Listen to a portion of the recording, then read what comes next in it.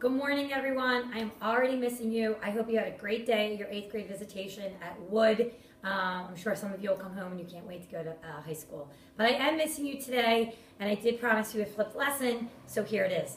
I'm actually going to flip the lesson on the Emancipation Proclamation because it's something that I can do this way rather than taking the time for in class. You're going to be on your own responsible for watching the videos in regards to the Emancipation Proclamation.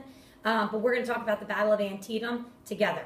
So remember yesterday I told you that the Emancipation Proclamation, and I don't know if I said these exact words, but it is going to be a turning point in the war. Now, the Emancipation Proclamation itself won't actually be issued until January 1st, 1863, but pretty much in the middle of 1862, by June, Abraham Lincoln is starting to change his tune when it comes to slavery. Remember, as I said before, Abraham Lincoln was not an abolitionist. He was not necessarily against or for putting an absolute end to slavery. And this was our quote. He had said that if I could save the Union without freeing any slave, I would do that. If I could save the Union by freeing every slave, I would do that. But what I do about slavery, I do because it helps to save the Union. Remember, that was his original goal. His original goal was to save the Union. It was not about ending slavery. He starts to change his mind when he realizes that slavery is tied to the South's victory. So he starts to think about, maybe if I put an end to slavery, I can win this war. So what are the causes of the Emancipation Proclamation? Well, why was Lincoln reluctant to issue the proclamation in the beginning? Because, why do you think? Why do you think that he was reluctant to actually issue the Emancipation Proclamation? I'm hoping maybe you said because he was afraid that a lot of Northerners wouldn't jump on board, that he might lose Northern support if he absolutely puts an end to slavery. And what about those border states? Those border states were key to the Union victory. They could not go to the Confederacy. So he was nervous about doing it. But what are the causes for the Emancipation Proclamation? He starts to understand that a Southern victory is related to slavery.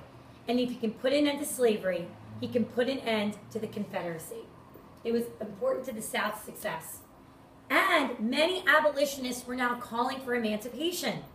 But a lot of people in Lincoln's camp were saying, you know, there's not as many abolitionists as you think.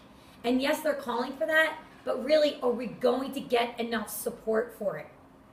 Finally, Lincoln says, I really think I need to do this.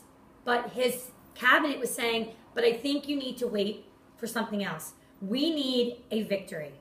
And what's going to be that victory? What's going to give him that confidence that he needs to actually issue the emancipation? The Battle of Antietam. Antietam was going to take place on September 17, 1862. It is the bloodiest battle. We lose more men in one day at Antietam than we did at any other point during the war. It was also the very first battle to take place on Union soil. It took place in Sharpsburg, Maryland, the bloodiest single-day battle in American history. Over 26,134 Americans were killed at the Battle of Antietam.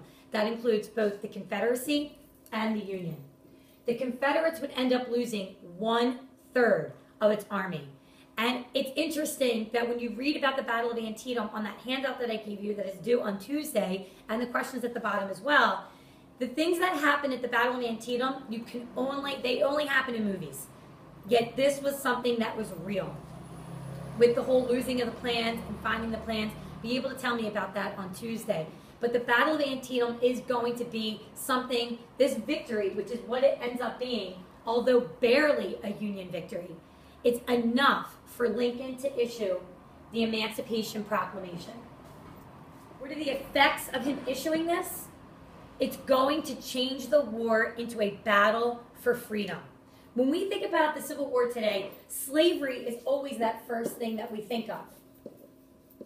But we know in the beginning, it wasn't really about slavery. It was about preserving the Union. But after he issues the proclamation, it turns into a war for freedom. Secondly, it's going to keep the British from supporting the South's independence. Yes, I know that we know that Great Britain was sending all kinds of supplies and everything to the South. We know the South needed that because they didn't have as many factories as we did in the North. But now that Lincoln is saying that all these slaves should be free, Great Britain can't support that. They can't support a country that supports slavery. And the South, the Confederate States of America, did. Now that it becomes official, they cannot support the South. That is a huge blow to the Confederacy. And it's also going to unite African Americans in support of the war. Now you might think, well, weren't African Americans supporting the war anyway? They were, but many in the South, as I said before, were actually afraid to leave. Because remember, they had to go all the way to Canada with Harriet Tubman and the Underground Railroad because they still could be brought back under the Fugitive Slave Act. Now that Lincoln has issued the Emancipation Proclamation, they can finally get behind the war, and they finally feel that they have a president who's going to support their freedom. There were limitations, and this is the big key part. It only applied to enslaved people in areas that were fighting the Union. What does that mean?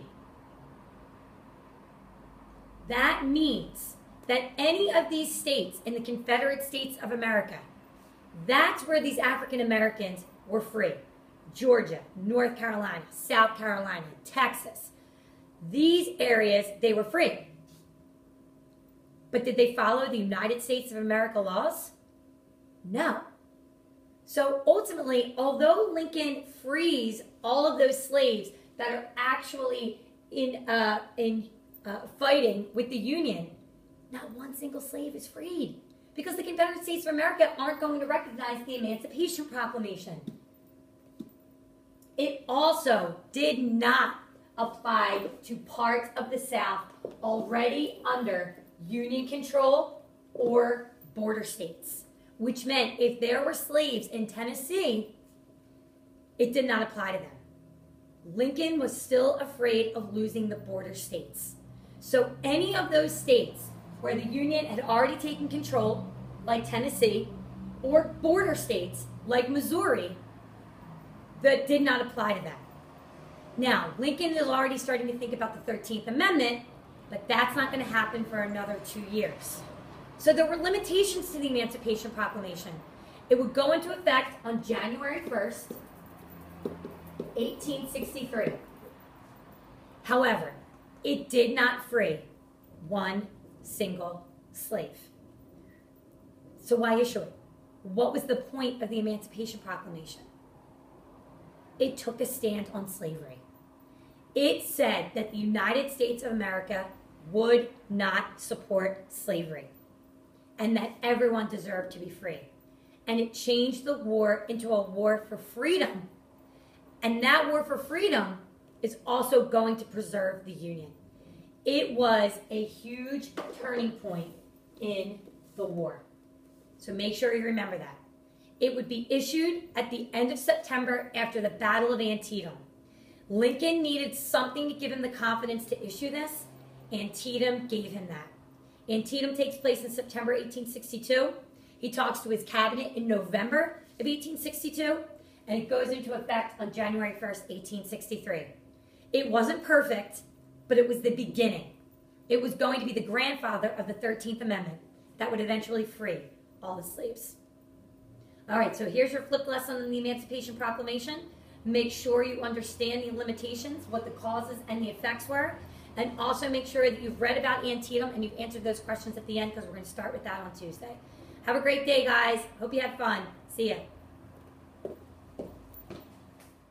And one more thing, the Emancipation Proclamation was both criticized and praised.